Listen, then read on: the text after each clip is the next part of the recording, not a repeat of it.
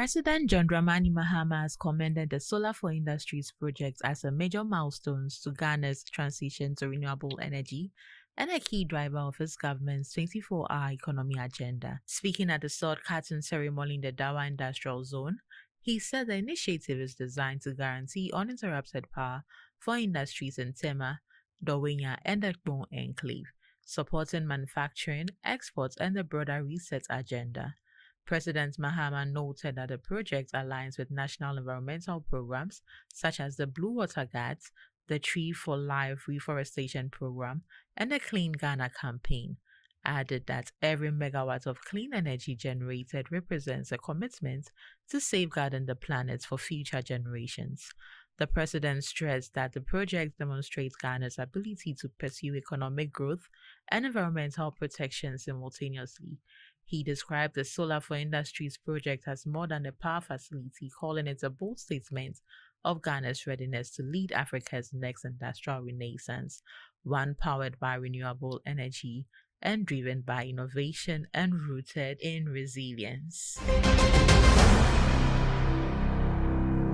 The Minister for Energy and Green Transition, Honorable John Jinapor, has unveiled a set of policy reforms aimed at reversing a 32% decline in the country's oil production and boosting investor confidence in the petroleum sector. Speaking at the 2025 Local Content Conference in Takoradi, Honorable Jinapor said crude output has dropped from 71.4 million barrels in 2019 to 48.2 million barrels due to regulatory inefficiencies, slow licensing, and an uncompetitive tax regime.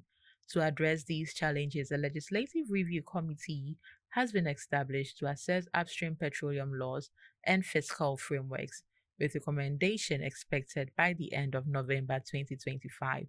The reforms are designed to attract new investments, encourage reinvestment by existing operators, expand gas infrastructure, and strictly enforce local content rules to ensure Ghanaians benefit directly from the sector.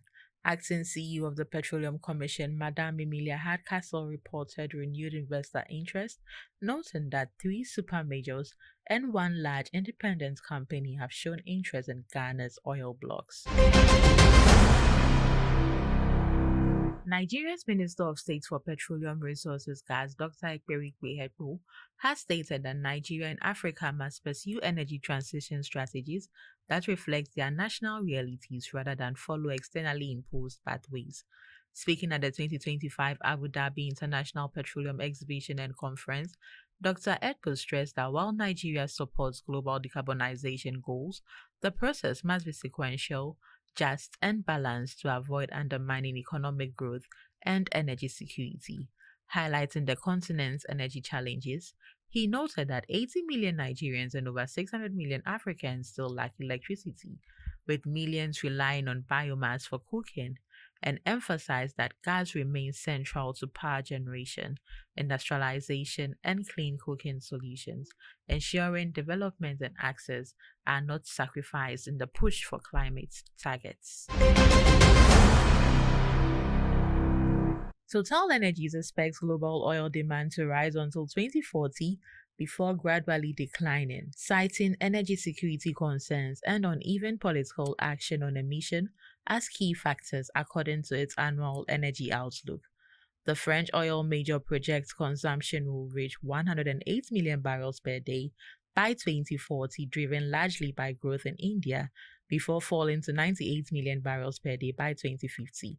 The company pointed to factors such as the partial rollback of U.S. grain subsidies, new coal plants in Asia, and slower electric vehicle adoption worldwide as contributing to continued demand. TotalEnergies has opted not to forecast the exact year of peak oil, highlighting internal disagreements and political uncertainties surrounding the timing. Energy Brief is proudly brought to you by Airport 3 Hotel. Energy Ghana, local in focus, global in perspective.